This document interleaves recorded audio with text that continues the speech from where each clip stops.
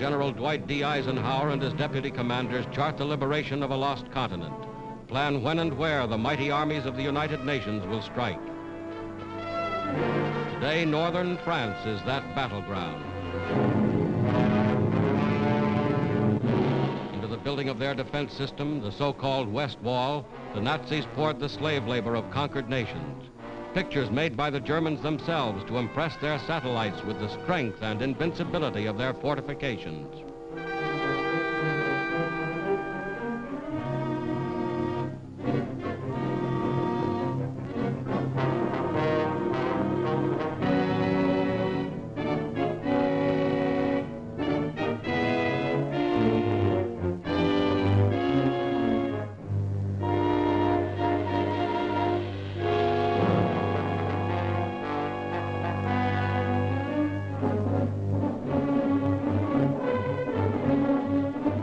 Within steel and concrete emplacements, 4 years in the making, the Germans have amassed every known weapon of defense. Whether those weapons are enough to stop the Allied onslaught will be proven in the struggle that lies ahead.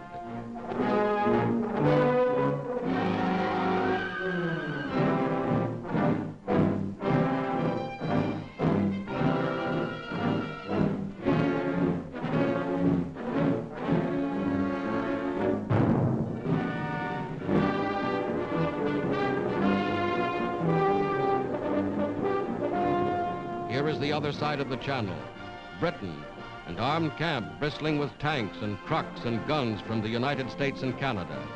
Here is the fruition of 4 years of planning and production. Here is a glimpse of England as the Allied armies awaited D-Day.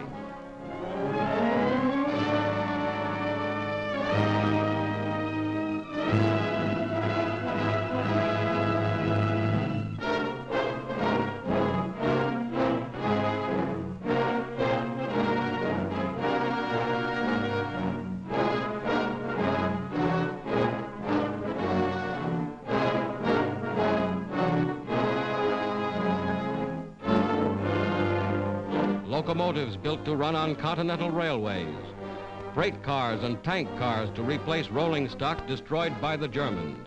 All this and more is included in the gigantic preparation for invasion. Here is something of the gigantic naval armada assembled to transport the Allied armies across the English Channel.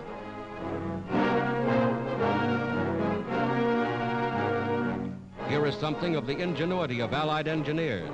Assault boats and invasion barges launched directly from the decks of the ships that brought them to England.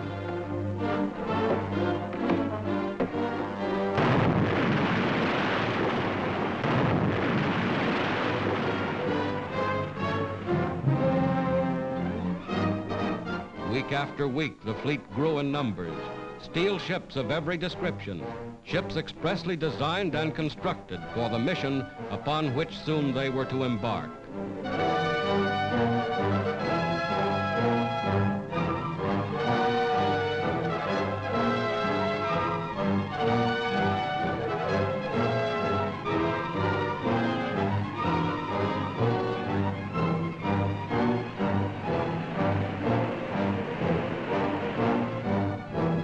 Nothing was left to chance. Every loading operation was rehearsed and timed in advance. Every soldier knew his station. Every man knew just where he was to fit into the gigantic pattern. Daily they boarded their ships. For all they knew, they were bound for France or Belgium or wherever their commanders had decided to strike. Every jeep, every tank, every piece of mobile equipment was assigned its place in the grand strategy of attack.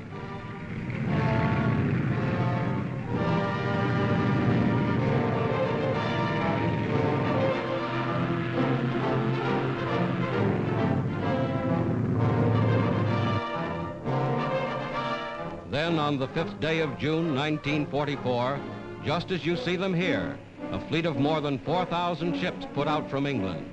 This was D-Day, 4th anniversary of the Battle of Dunkirk, and the Allied armies were striking back.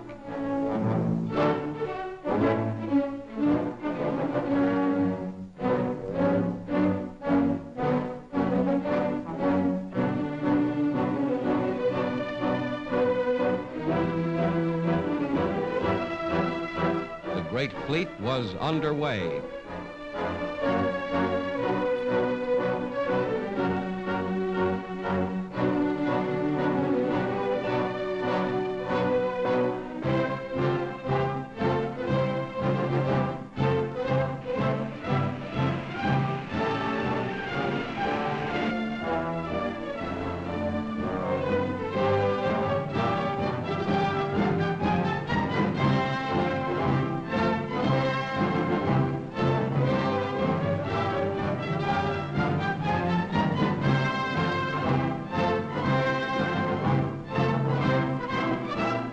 Morning of June 6th, this was the battleground. Fierce fighting around Caen.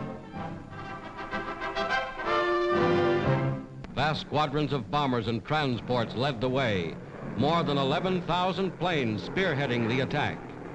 Paratroopers landed in Normandy behind the coastal defenses. Landings made with timing and precision, perfected only through scores of rehearsals like this.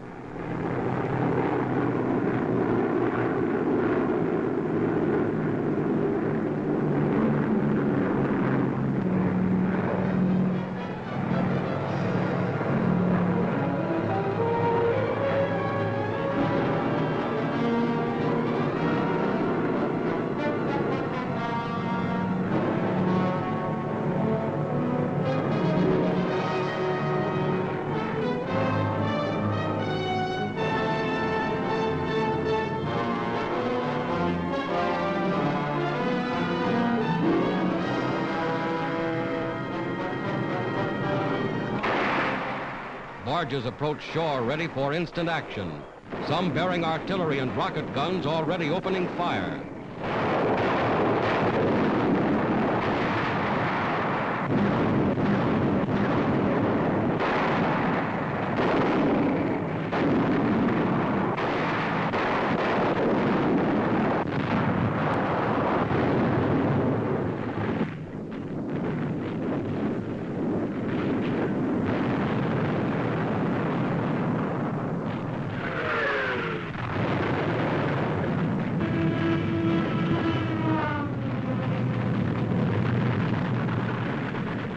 Today, just as in these scenes, the armies of the United Nations have made their first landings on the soil of Western Europe. Another of the great decisive battles of world history has been joined. This is the day for which free people long have waited. This is D-Day.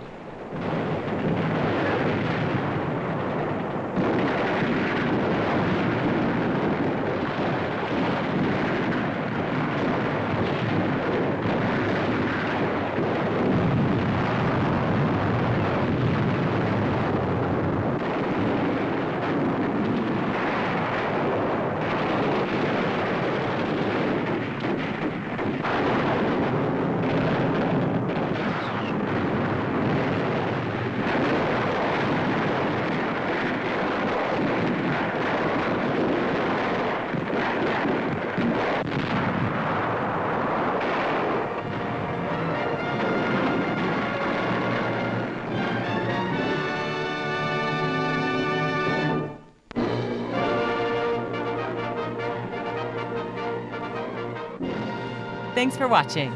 If you'd like to help us produce more compelling historical content like this, please like, comment below, and share this video with fellow history buffs. And of course, be sure to subscribe to help keep history happening.